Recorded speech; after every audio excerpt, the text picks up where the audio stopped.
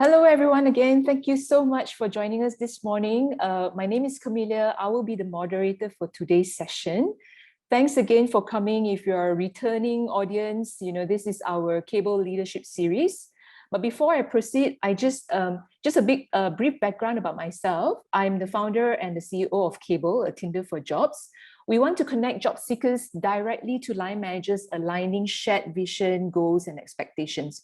We believe that working with like-minded people having similar values is an important first step to achieving more fulfillment at your work, leading to better employee retention and contributing to better performance as an individual and as an organization as well.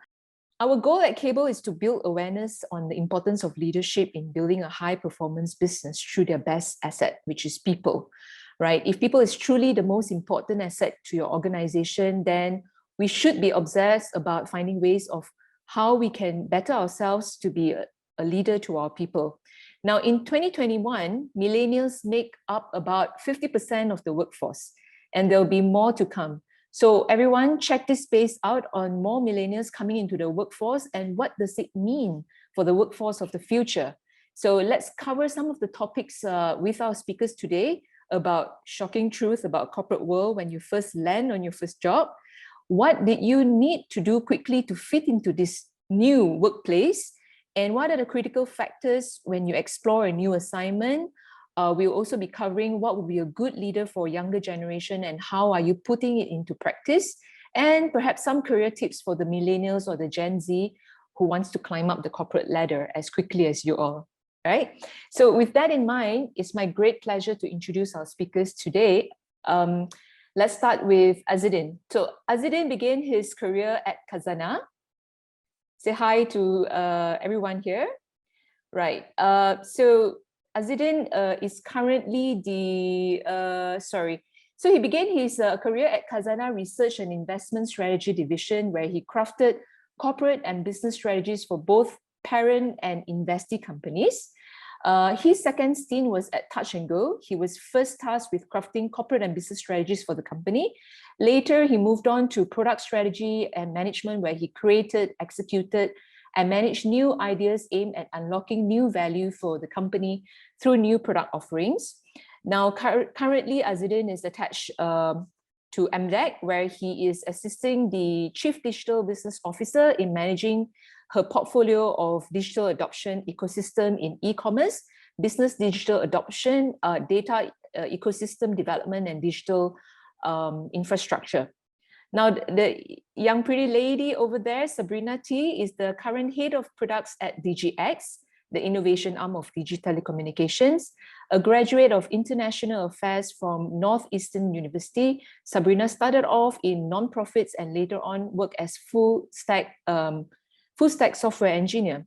So her passion for the end-to-end growth of product and delivery of innovation solutions inevitably have led her to her current product role today. So today, she leads a team in DGX in building for their non-telco product offering. Last but not least, Emilio is a member of Experience Manager for BonusLink, Malaysia's most successful loyalty marketing program. He leads the company's strategic transformation efforts through acquisition and product development of the Blink app. He also supports marketing efforts and shares his experience to improve results. Prior to that, he started his career at one of the world's renowned public relations firm, Edelman, where he focused on reputation management and provided strategic counsel and communication support to his client. He was also one of the pioneers in Touch 'n Go Digital, where he spearheaded the organization's brand reputation and marketing effort as the head communications and marketing. His team has successfully grown Touch 'n Go e-wallet into one of the largest and best e-wallet and fintech organizations in Malaysia. So welcome, ladies and gentlemen, and really appreciate your time joining us today for this fireside chat. Without further ado, let me start off with our first question. Now, participants, if you all have any questions, please just raise hand or please just comment in the Q&A or the chat, We will come to that later part of the chat. Yeah. Okay. So first question to you guys. How do you guys feel about being labeled as strawberry generation? And do you all agree with the description?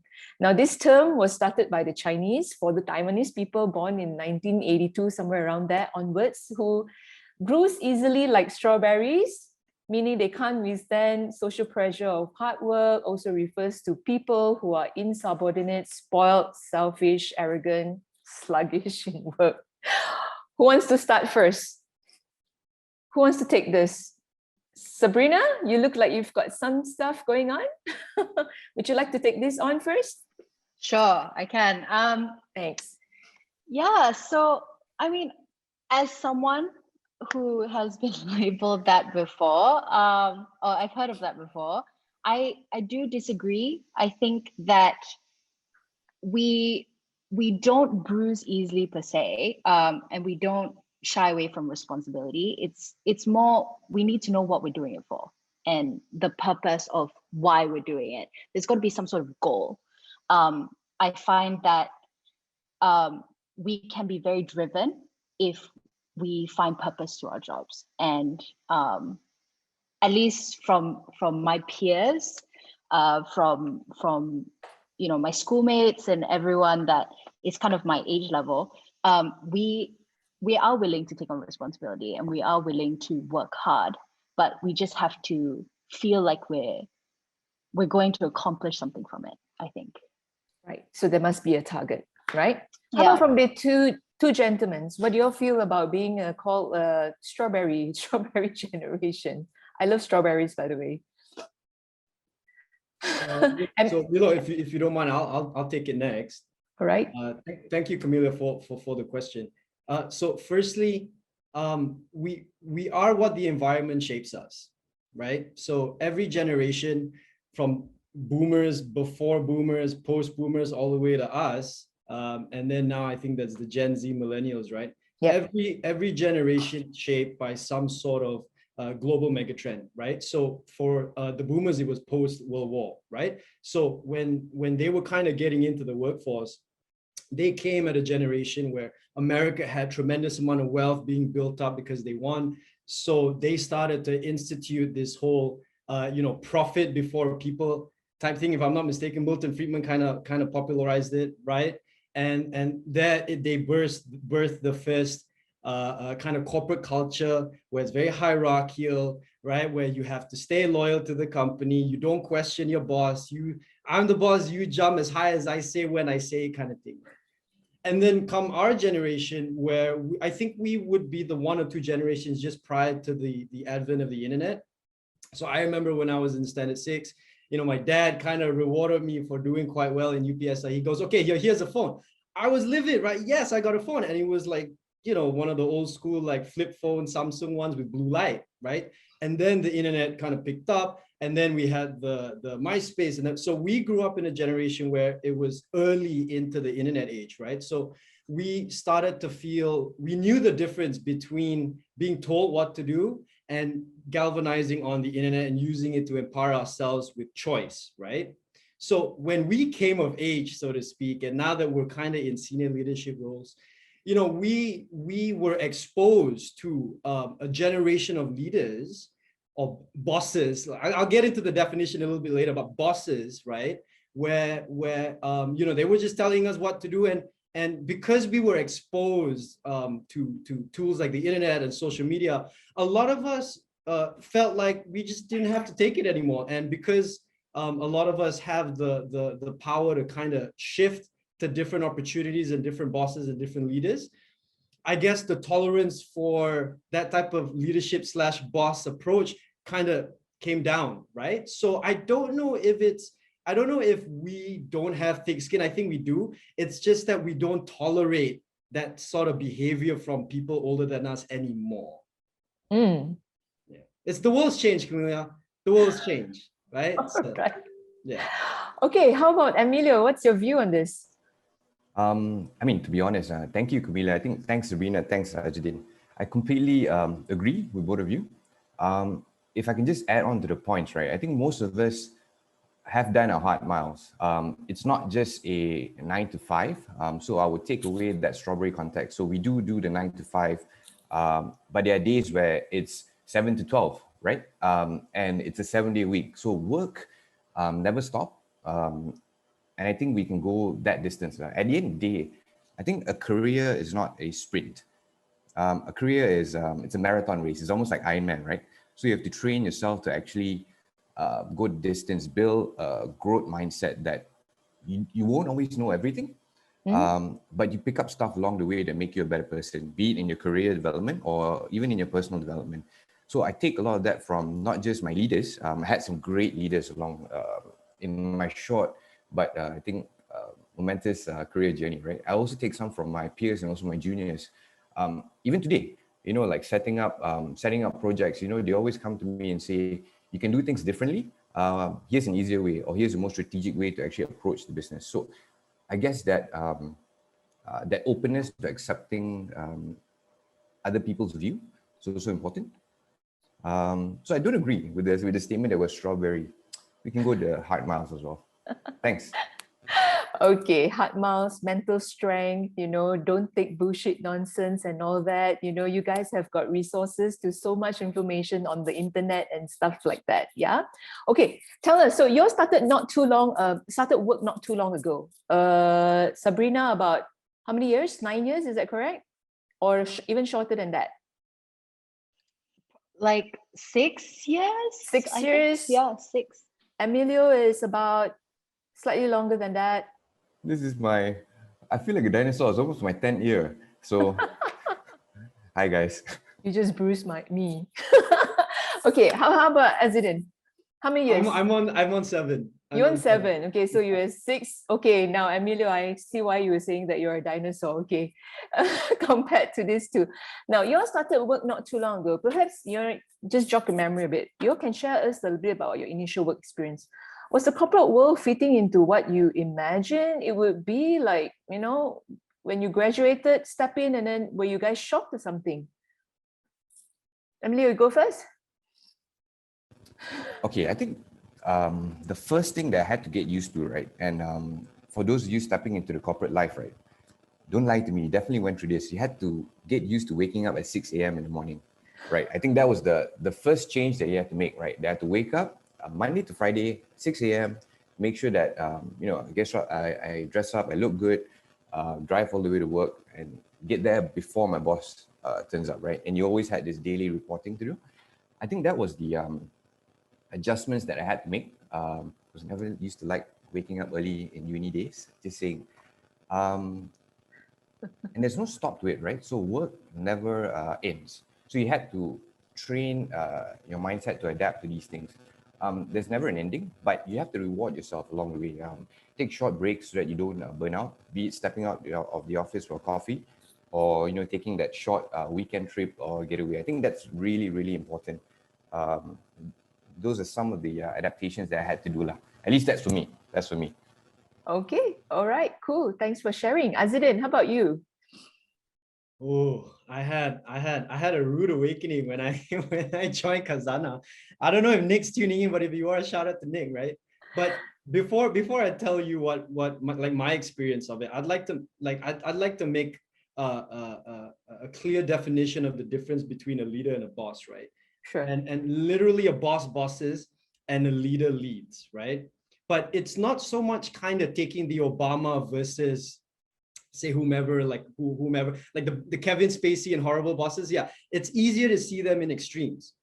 But my I guess my takeaway from the start of my experience in Khazanah, at least, is trying to get the viewers here to be able to differentiate between a tough leader and a boss. Like there's a very, very fine line, right? And look, again, shout out to Nick. Nick knows what I'm talking about.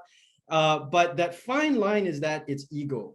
So the difference between a tough leader and a boss is that a tough leader or a good leader, nonetheless, they will keep the ego in check, and they will be able to always put the team first, put you first. A tough leader may whack you in behind the scenes, you know, may call you privately, to ensure that when whatever he tells you is in private, you know, whether you fix yourself, whether there's a screaming match, it doesn't matter, because he believes that he's helping you grow, right? And when push comes to shove, if you go to a meeting, he will give you credit. He will always have your back, but a boss does not, because a boss doesn't keep their ego in check. So my experience with Nick as a young talent, it was difficult because, let's be honest, young talents coming out of university, we don't know anything. You think you know something, you don't know anything, right? Because you don't have experience in the workplace. So coming in an idealistic uni kid, I was arrogant, all these nonsense hoo-ha, right? So Nick really straightened me out. But for a very long time, probably about 5-6 years, only until recently, I always thought that he was really horrible. You know, he was a bad dude, right? To me at least, right? But then it dawned on me, and the power of comparison, right? I actually experienced like a horrible boss, and it allowed me to kind of benchmark it to my experience in Kazana, and I realized that no, my experience in the beginning was with a tough leader, and that my explanation with the ego, that was why. So it was a rude awakening. It was necessary, but it allows, as Emilio mentioned, to grow. So that's what's important. Okay, cool. How about Sabrina? What's your experience then? For me, I've been relatively fortunate that I've worked in pretty casual environments. I think partially just my personality. I don't think I would fit in a really corporate environment, say like banking or consulting, where you have to dress up to go to work. Nah. So for me, I've been fortunate that it has been so corporate. But lately, so DGX is the innovation arm of DG Telco, and for the last, I would say about 3-4 years of DGX, we've been working pretty silo, focusing on our products. But the last, I think I would say about a year, we've come back to the mothership, and we're assisting with a lot more Digi projects directly related to core. So, so coming, this shock for me is relatively new as well. I think there is a lot more bureaucracy. I think that's something they never tell you when you're interviewing, when you are, you know, maybe in uni doing those. I see you guys smiling, you too. Yeah, I think when you're interviewing for jobs and like how to do your job well, upskilling, etc. in uni, they never tell you about bureaucracy. Like, you know, you gotta be careful not to, you know, we kind of working on this project, but we're not going to tell this person yet. You know, just in case. We'll only tell them when they're ready. Or like, don't go through this person, go through this person. That was something new to me recently. I think one other thing that was shocking to me was that, you know, all the companies that I joined, I felt connected to. And it was a company that I was like, oh yes, innovation arm of DG. Like, I'm going to be ideating all day. No. There's always going to be work that you don't want to do. You know, like we build products. Yes, it's somewhat innovative and new for a telecommunications company, but running a business, running a product, there's always the manual reconciliation that you don't want to do. There's always the audits that you don't want to do, but you just have to do it because it's all about running the product. And I think similar to what Emilio said earlier is that what was shocking for me was that you had to be on the whole day from like 9 to 5. Like in uni, I was quite strategic with my course schedule planning. I think I had 2 relatively full days, which was like 5 hours of classes. And then I had like 2 free days during the week, but maximum like 5 hours straight for my schedule. But now you kind of have to be on like the whole day if you have meetings back to back, and you know, if you're fortunate enough not to have a meeting, then you got to be doing your work. So that, I guess, daily marathon was something new where I was like, oh my gosh, I can't nap. That's mad. What do I do? So that was pretty shocking. Right. So for you, it's like, you know, you kind of like realize after you enter into, you know, deeper into the workspace that you know that there are stuff that is actually, you know, not one of your most favorite stuff to do, but you have to do it anyway, right? But did you try to actually make yourself understand why it needs to be done, or you just think that I'm just gonna just get it over and done with, and then just do whatever the management wants me to do? You know, Was there a shift in your mindset, or how? How do you motivate yourself to keep going? Yeah. I think a bit of both. I think I was just a little bit naive when I joined. I didn't fully understand everything that it takes to run a product. So there's all that unsexy stuff that you don't hear about. And I think when the hiring managers, of course, are trying to lure you in, they don't mention it also, but it's part and parcel, I think. And understanding that, like, someone has got to do recon. Somebody has to do audit. You figure out, like, if I want my product to do well, this has to be done well as well. So mind shift, yeah. Mindset shift. Did you have the luxury of having your leader to like kind of like coach you along the way? Why is it that it needs to be done like this and not like that and stuff like that? No? Okay, Amelia, what? Okay, come, let me hear from you. You had a big reaction on that. Okay, come, let's share. What's your experience in this area? Yeah. I don't think the help came directly towards the actual execution of it as well. He's not going to hold your hand, he or she is not going to hold your hand and say, okay, you're going to do X, Y, and Z exactly the way it is, right? Normally how the brief comes in is like, okay, I need you to do this, figure it out.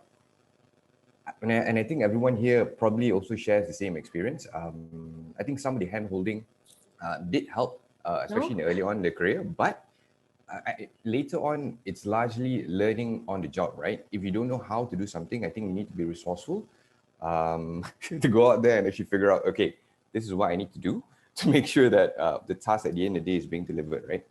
And you learn along the way. And I always say this to my teams, right? And also my buddies, right? In the end, if the task doesn't kill you, you actually build character. So, and it makes you stronger, right? Along the way. So that's why I chuckled earlier with the statement. I think you tend to learn how to do things yourself and learn to do things resourcefully. There's always a better way or a quicker way of doing things. Yeah.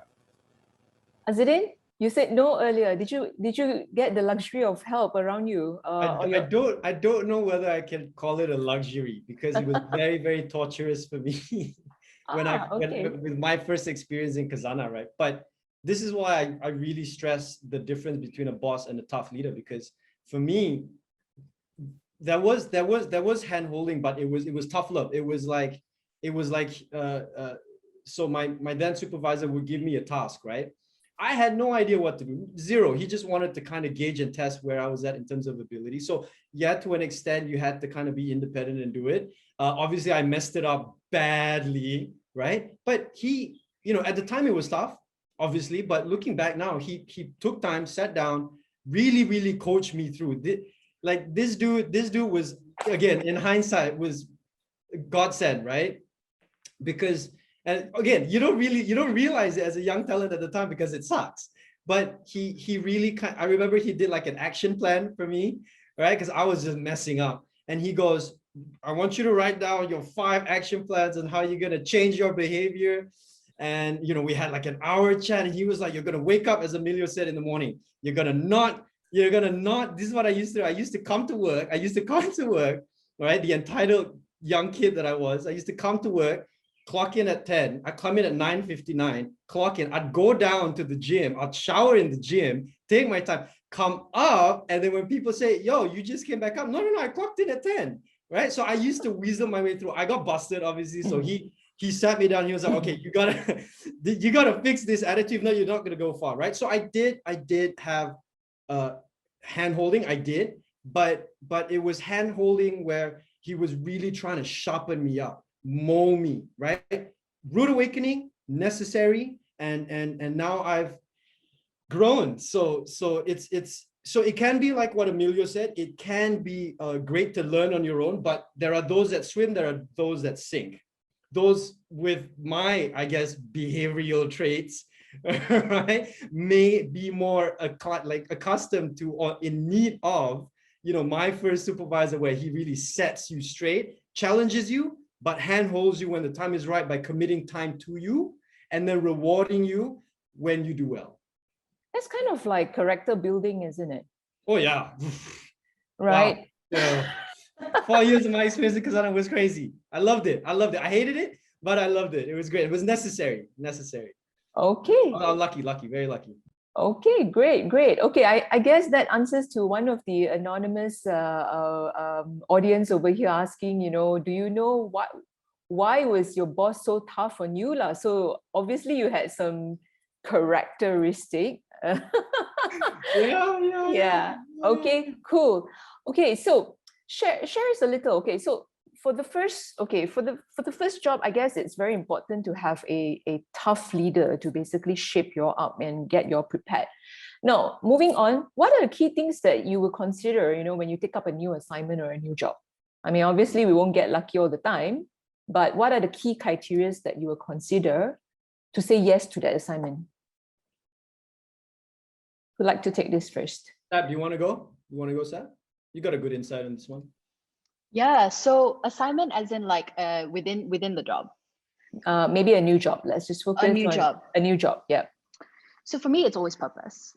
I got to connect with the product. I need to believe in the product. For me, it's also variety. I think that's one thing that drew me so much to my current job, is that you're not working on one particular product. Is that we have multiple products within our portfolio. So that was interesting. I think the other one is probably, am I going to grow in this new role? Am I going to be doing the same thing, or is there something new, more responsibilities that I'll be taking on? And the third one, probably, I mean, this one always draws me in, but then I always have to take a step back. But the sexy factor of the job. So like, for example, I got very, very close to working for a company that dabbles in, was going to build blockchain. But taking a step back, because I feel like I have blinders on when I see like new technology. This was when I was still a software engineer. And yeah, when they mentioned blockchain, I was kind of like, oh, awesome, so cool. And I almost didn't assess everything else that was going on. And once I took a step back and realized like how fast it was moving, actually what else beyond this technology is there for me? And I realized that it wasn't the right fit in that sense. But yeah, I think, sexiness factor kind of draws me in, and then I got to evaluate like in terms of impact and in terms of growth. Okay, so that's purpose, that's growth, and the sexiness factor. All right. Okay, how about Azzedine? How about for you? I'm gonna build on what Sab said very early on in this conversation, which was purpose or why, right? So I'm a huge fan of Simon Sinek. If nobody's read his stuff or you don't know about him, look him up. Great book. Start with Why is one of the best books I've read in a while. And it's, so I can't speak in terms of projects. I can speak in terms of jobs though, right? And that'll be really, really important for a lot of the young ones listening in, or old ones who want to move jobs. And it's at the end of the day, when you navigate through life, you can't control the environment, right? You can't, arguably you can kind of shape it, but I still argue probably not. So the question is then, okay, what do we have in control of? Okay, we have in control of how we react to the environment, right? So a big component of how we react is mindset. And again, Carol Dweck, badass chick from Stanford, wrote this book, Growth Mindset. So if you just want to have two books that kind of guides you through your decision-making apparatus, it's Simon Sinek, Start with Why, and Carol Dweck, Growth Mindset. And and why is it important? It's important because it acts like a North Star, right? So if only you can control how you react to the environment, then you need a North Star, right? So you get McKinsey as an offer, you get Khazanah, you get BonusLink, right?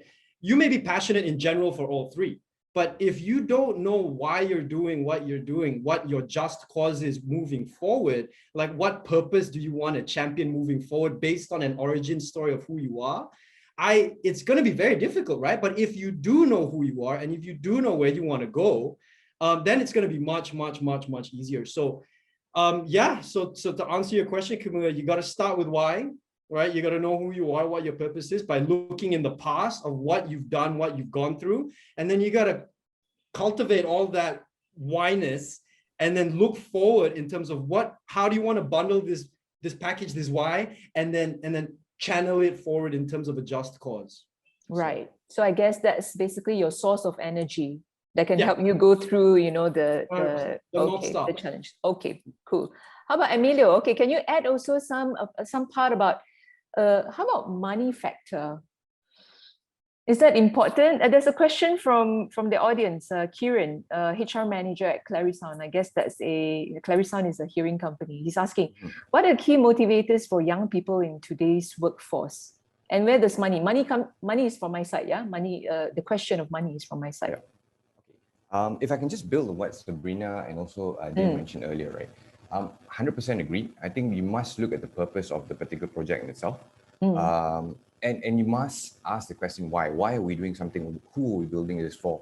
At the end of the day, how are we going to, what benefit does this serve in the long term, right? So these questions are always at the back of my head. It always comes down to the objectives of why we are going into this project as well, right? The thing that, and I came from comms, so there's always a day where you pick up, you'll get a call on Saturday morning at 3 a.m. Before this, when we could go out, right? Saturday morning at 3 a.m. Hi, Emilio, we have a crisis, or I need a press release. And I'm like, what's the situation? So you always have to take time to, take a step back, look at the bigger picture.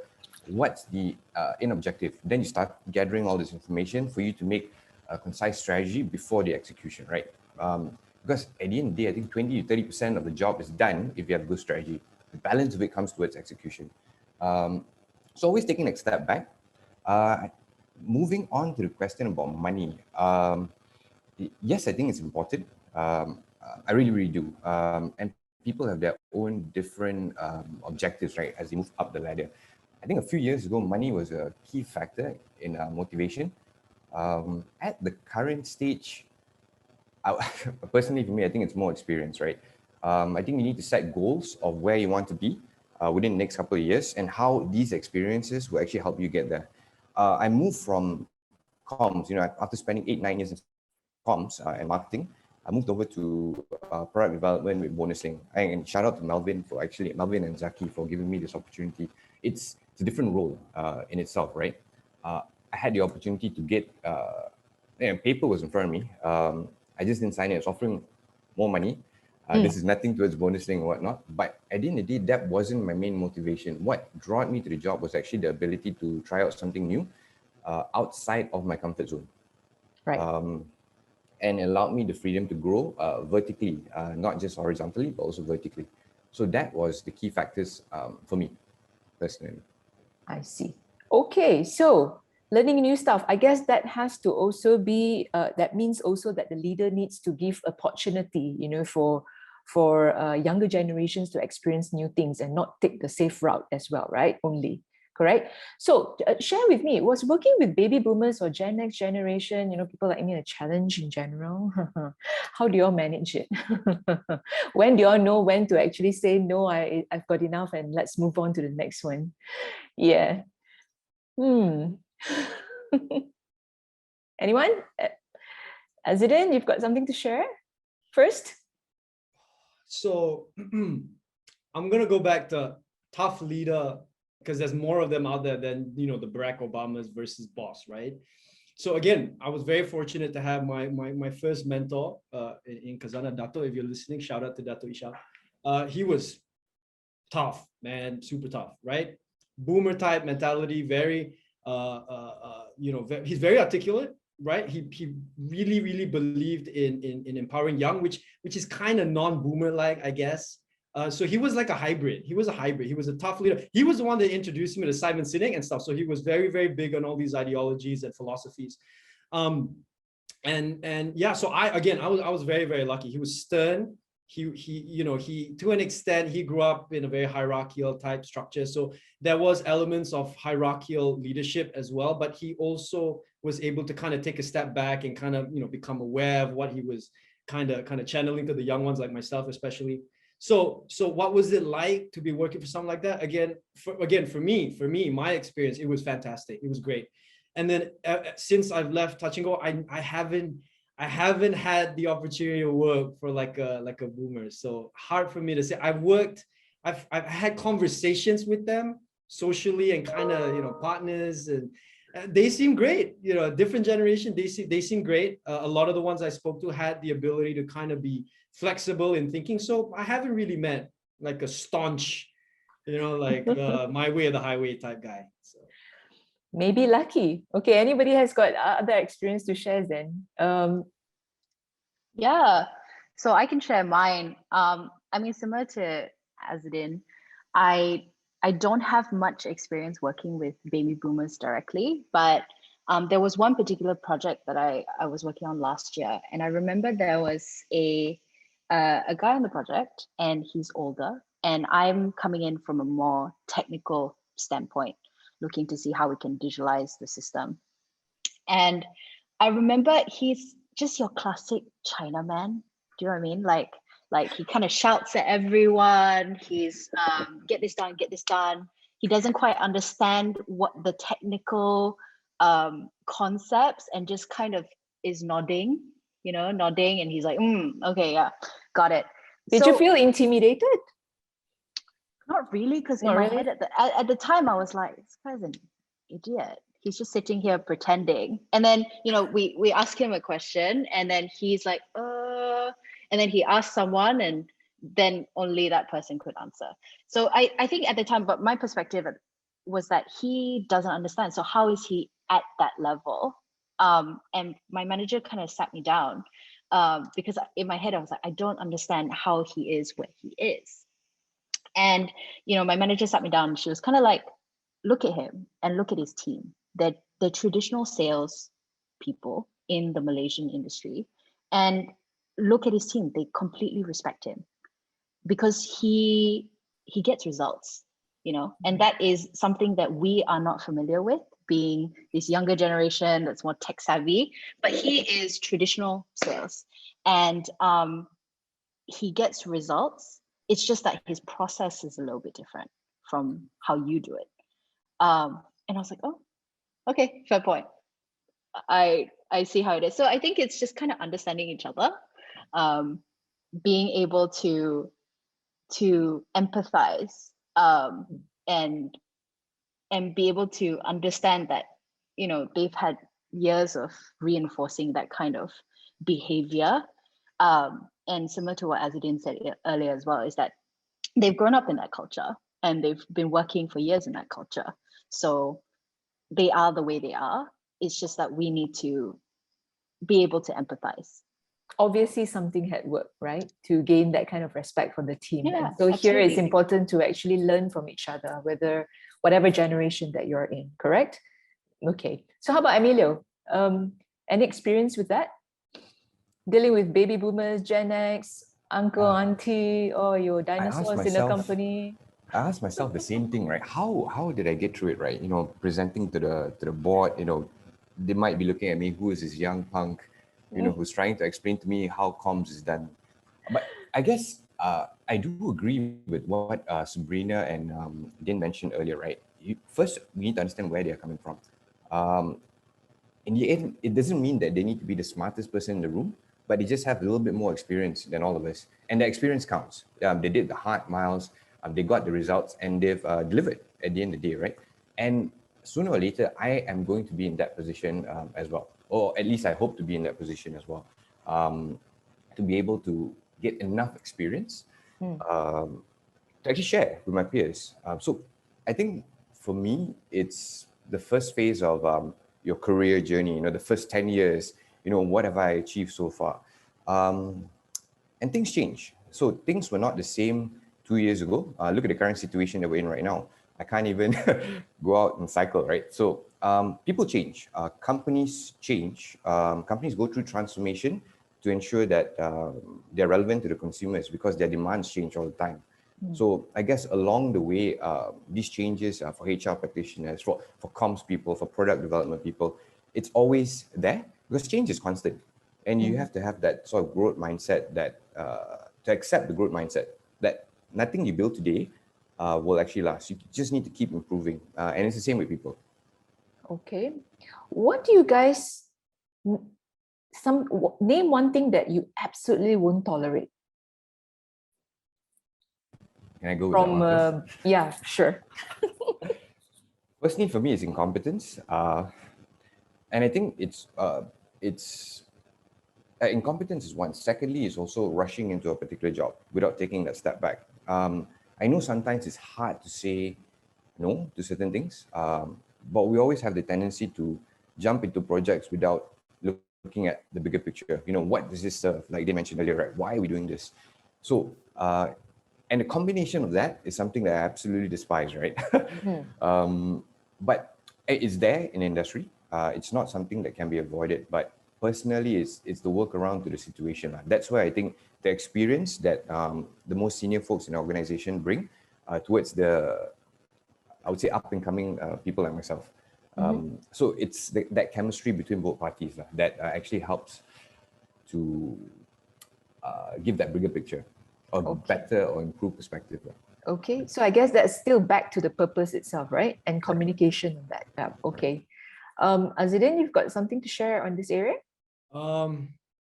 Attitude. That's right. So with attitude comes mindset. And, as I mentioned, I'm not, I wasn't the best in the beginning. So again, I'm extremely lucky to have gotten the experience that I had to kind of shape me up. But now looking back, even for colleagues, my gen or those younger, one thing that I can't, that's no excuse for is if you have an attitude issue and if you're rude.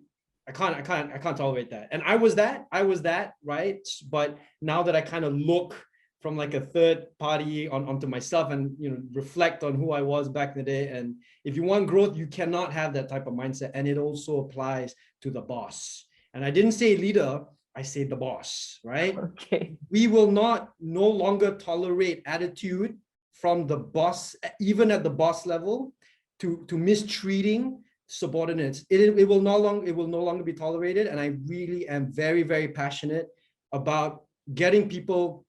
If your boss is mistreating you, look, I mean, if you're young, yeah, you try and get to know them a little bit more. So don't judge until you know a person. But even after you get to know them and they're still, pretty much dicks, call them out. That type of behavior should not be tolerated at all. So yeah, a bit passionate about that one. Okay, we hear you. Leader versus bosses. Maybe we can have another topic on that, yeah? Yeah. How about Sabrina? Sabrina, what's one thing that you can't tolerate totally in the work environment? I think what I cannot tolerate is, I think Azzedine said it all for attitude. The other thing I cannot tolerate within my team is lack of communication. I think there are so many avenues to communicate. There is your chat, you have your whatever platform that you're working on, you've got your phone, you have a Zoom call to realign if something's going wrong. So for me, that if something is going wrong, it's just a matter of sending a ping on Slack or whatever chat system that you're on. So I don't understand why, maybe there's so many fires around you that you're freaking out and you don't have time to send a message, but at least within 3 hours or 2 hours, there should be a message that goes out. I'm not sure why. For me, I can't tolerate that because there's just so many avenues. Right. Are you guys actually managing your own team at the moment? You've got people reporting into you. All three of you? No, or Azzedine not at the moment, right? But previously, Azzedine? Yes? I think I'm the only one that has not managed a team directly, because it's usually me managing my bosses. Working through teams. So I don't have the same experience of leading a team, but I'm a strong believer in, if one day you do want to get into a leadership position, you have to be a good follower. So I'm biding my time. I'm just going to absorb. I'm going to observe and I'm going to learn for now. Yeah. Okay, cool. So Emilio, Sabrina, so this question is for you guys then. What are the qualities in a candidate that you look for when you hire? Emilio, you want to go first? Okay, so personally for me, right, I think Din and Sabrina kind of packaged it very nicely earlier. At the end of the day, it comes down to attitude, right? You can be the smartest person in the room, but your attitude shows otherwise. It's not going to fly. And you must have that willingness to be open, to listen, not just throw out your own opinions, but at the end of the day, I'm the best, this arrogant dude that walks in the room. I despise that. I build teams around different capabilities. So people that will actually complement me, not have the same skill sets as me. That's how you build big teams, right? That's how you build great teams. So attitude is one. Secondly is ability to learn, or the willingness to learn. And thirdly is just having, it's also a click, whether you can click with that person or not. Because at the end of the day, and it works both ways, right? I think for the person that you're hiring, if you can't click with your spirits, that relationship just won't work out. I'm thankful that I've been blessed in previous years as well. I've never had that sort of situation where the people that I've brought in, we don't have that chemistry. So I'm hoping to keep that as we go along. We'll see. Okay, over to you, Sabrina. Yeah, spot on with what Emilio said. Definitely attitude is 100%. Ability to learn and willingness to learn. I think everyone has a different pace to how fast they pick something up, but that willingness can drive it and make it a lot faster. The third one for me has got to be communication. You have, especially now where we're all working remotely, a good written communication, speaking communication is very important to myself, because otherwise there's so many ways things can go wrong if you can't get your point across, or you can't effectively communicate. There's a lot of room for error now that we're working remotely. So I think there was a focus change there, because we did hire a couple of people, including interns that came in, who weren't so great at written communication, that we found with the new normal that was actually became really at the top of a priority list when that came in. I think, yeah, that's pretty much it. How about hiring people with, who's like-minded with you guys? I mean, earlier on we spoke about purpose a lot, right? Whatever that you guys do, you're talking about having that purpose and that person. So how do you, during your discovery of an applicant, how do you get that portion out from them? And if you're hiring a younger fella, do you discover that they normally have a purpose, or they are kind of like waiting for some help? For me, I don't even look at someone's resume when they apply. It's all about the what do you call it? The connection and the interest that they have in the company. So I do test them when I first, I always say the same thing, which is like, now everyone who's going to apply DGX will know. But I always say, oh, what do you know about DGX? Just so I don't repeat myself. And it just shows that they're interested in the product, that they've gone off and actually researched about it, or about the company. So that to me is one of my ways that I figure out that it's a given. Like, I'm not even interested if you can't even tell me what we do. In terms of purpose, especially younger ones, I've been there myself. I don't know. I still don't know what I want, to be honest. But I feel like it's easier to know what you don't want than what you want. So, I do ask questions about previous, tell me about something that you've learned, and like, why does this interest you? And it's more about soft skills when they're interviewing. Okay, cool.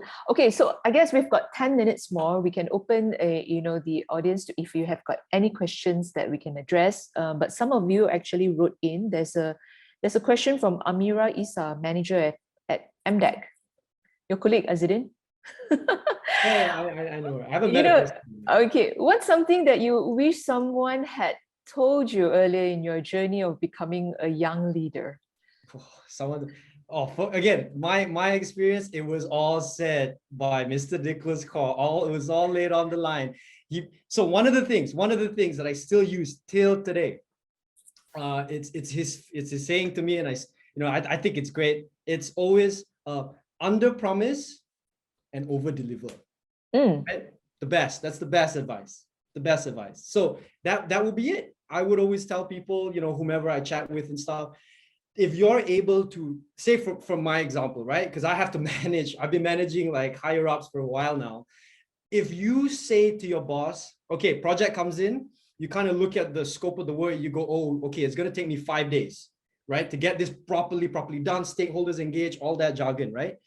And you're in charge of the deadline, you cannot tell your boss you're going to submit it on Friday, right? You have to at least give yourself 2 days buffer, right? That's how I was conditioned. And it works, because come the 5th day, usually there's people who submit late, right? There's some hiccups along the way. But if your boss in his mind or her mind thinks, oh, he's going to get back, say, Tuesday, 5 p.m., and you get it back Tuesday, 3 p.m. still, you have that buffer time, you do it really well, still brownie points versus, no, boss, I'm going to get it to you Friday, 5 p.m. And then it doesn't happen, and, you know, negative points, right? So that would be it. Yeah. Okay, That's the advice. Thanks for that. Okay, so a question from Brian Ong. How did your life at work change after starting a family? Anyone has got a family here, or assume that you have started a family? Okay, Emilio, imagine you're married right now. How would your life change? Okay. Just assume. Okay, so I think planning is in the works, yeah, but it's difficult throughout this MCO, right? I think having that balance is important, right? So you need to compartmentalize certain things, and take it from me. Like I've been through, I've done the hard miles. I've done your 7 to 12 a.m. Job. I've done the 12 a.m. to 7 a.m. Right? So I guess when you're married, those things are out of the question. But compartmentalizing helps. So when you go home, you need to spend time. This is why I believe you need to spend time. You need your family time. You need your time for yourself. I also think that's very important. And you also need to dedicate time to work. So compartmentalizing helps to that aspect. If not, you just burn out, you know? Okay, all right, cool. Okay, so somebody wrote in, can you describe how important it is to have a strong and supportive set of team members? Sabrina, would you like to take that? Yeah, I think it's definitely important. I think another key aspect of that is that you got to trust them. Like if anything goes wrong, and I am someone who had to do that not by choice. So it came to the point where I just had so much on me that I had to give away stuff to do. Okay. And because I mean, I'm a little bit OCD, so things kind of has to be done a particular way. So it came to a point where I was just kind of like tying the ends on everything, and it just came too much. So having a supportive team is that they kind of understand that I'm kind of weird like that, and they let me kind of, they don't see it as an intrusion to their work. It's just that I'm just OCD like that. But it's being able to trust them that when you have too much on your plate, that they're able to come in, they're able to support you, and you trust that a two-way street, that you trust them that it's going to be done a particular standard. And eventually, once I kind of let go, it was hard, I have to say, for me. But once I let go and saw that, oh, actually, yeah, it's done really well, actually. Then I started doing it more often. So yeah, I think it's being able to trust your team as well. Okay, cool. Thanks for that. So there's Gaston Yong from MSD, the pharmaceutical company. How do you deal with direct manager who is unable to prepare or nurture millennials within a company culture that uses top-down approach? When is it that it's enough? And that also shared by Cheska Tatiana, right? Some say that you get demotivated because of bureaucracy, you know, and stuff like that. So when is enough and enough, and how do you deal with that? Do you walk away, or do you still persist on? Who'd like to take that? If you don't mind, can I take that one? Sure, Azzedine. Go ahead. So I'm gonna say this, right? So it's a quote by Bob Chapman, CEO of Barry Wehmiller, right? It's a manufacturing company, right? No one wakes up in the morning to go to work with the hope that someone would manage us. We wake up in the morning and go to work with the hope that someone would lead us. So the question now is, right, going back to what I said in the beginning, how do you differentiate between just a tough leader like what I had versus a boss? Because it's very easy to misconstrue and misunderstand, right? So again, ego. If you start to see that your boss is bossing you around and then kind of throwing you under the bus, taking credit for your work, kind of shutting you up from communications from higher ups, just being a meanie, a real meanie, right? Look, at the end of the day, it's your choice. If you stay, do what the Spartans do, right? Look to your right, look to your left, shield up, protect those around you. Circle of safety, as Simon Sinek would say, right? But if you decide to leave, good on you. Find yourself that purpose, that why, a just cause you want to advocate. Be selective in terms of where you go, because there are leaders out there that will take you in. You do not have to settle for a boss because you don't want to wake up to be managed. You want to wake up to be inspired, right? So take charge, take action, and know what you want. Okay, very good. Thanks for the insight. Okay, so I guess we can take another two more questions or so. So there's a question coming from Rafiq Saiful Aznir, Associate Director from EY. What inspires you the drive to drive change against headwinds? Who leads transformation projects most of the time here? Oh, I think Emilio, you had some experience there, no? I think we both shared the experience in. Okay, I mean, share here so lah. I think on a personal basis as well, right? I think you go back to the overall objective of what you want to achieve at the end of the day. And I said this earlier on in the talk, right? People change. Organizations go through the transformational journey to stay relevant. So relevancy towards your consumers is very, very important. Mm-hmm. At the end of the day, if people stop purchasing the product, people stop using the product, people don't download the product, you're stuck. There's no headroom for growth, right? So I think relevancy is important. Yes, sometimes it's difficult to get through the most senior leaders or the most senior folks in the company, but there's always an opportunity to do so. I don't think you should shut your doors towards that particular opportunity. There's always a time and place to convey that message across. As Sabrina mentioned earlier, communications. So you have to pick that time, you have to pick the right moment, pick the right words, and just deliver that across. And hopefully the receiving party will take it positively. Okay, yeah. Cool. Okay, so I guess interesting questions from the audience. Thank you so much. We have time for one last question, and I think this is quite a relevant one. It's never easy to get an idea across Gen X leaders. What's your view on that? Why don't you take that, because you deal a lot with Gen X and DGX, right? That one. So I think it's understanding the people and understanding what drives them. I think fortunately within DGX, we pride ourselves with being very lean. And so we're also very close knit in that sense. And we try and do as much sort of team building, sort of engagement as much as possible within the team. So we know each other quite well. So I think in that sense, you have to be able to craft it in a way where they are more willing to accept it. I think personally, I'm kind of a brute force kind of person. I kind of put forward my ideas and that's kind of it. And that's something that I personally am trying to learn, is how to craft it in a more political way that they are more willing to accept it. I think that's something I'm also learning. So yeah, I think there are some people that are very good at that. I think Azzedine is one of those people that can kind of make you see it in a different light and then be more open.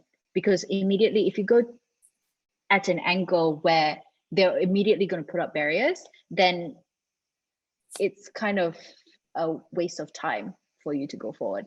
So you've got to find this mutual ground. You've got to find what drives them, and rather than thinking your way is the only and right way to get the point across. Okay. So, I can't help but notice that this name is quite familiar. For a question from, we'll just take last one, okay? Muhammad Tarmizi Ismail. Somebody's smiling already. How do you lead a leader? Who wants to take this? Azzedine, yourself? How do you Dad, what kind of question is that, man?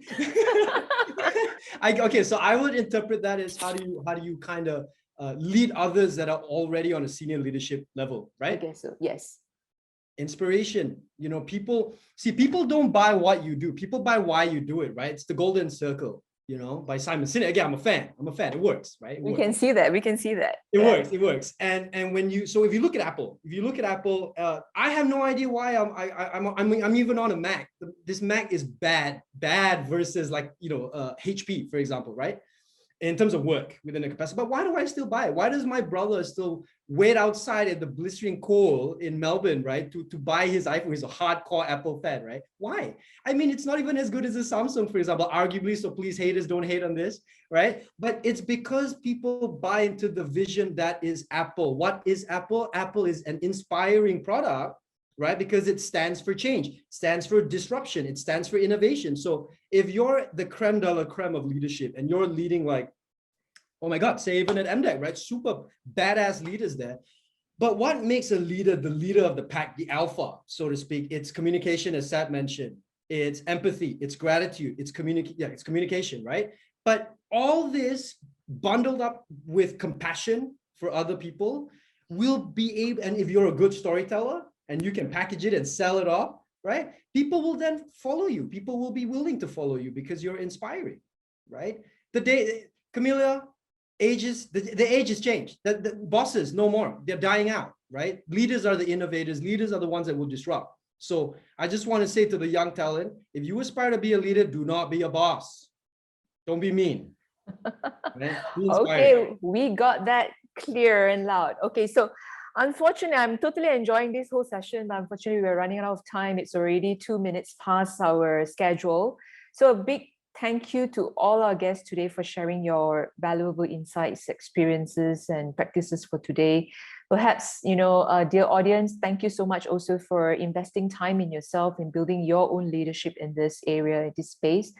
We can take this weekend to, you know, have a quick review on yourself in terms of your leadership style and whatsoever, you know, and do a key takeaway. You know, if it's something that you like to share in the chat group, just put a, you know, 1 to 3 key takeaways right now. But once again, let's show our appreciation to all our speakers today by giving a thumbs up or a comment in the chat. We stay tuned for our next session, which will be happening next Saturday, same time, same place. Where else can we go right now?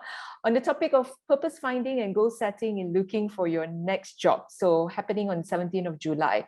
With that, have a great day, everybody, and enjoy the upcoming weekend. Cheers. All right. Ciao, guys. Thanks so much again. All right. Bye-bye.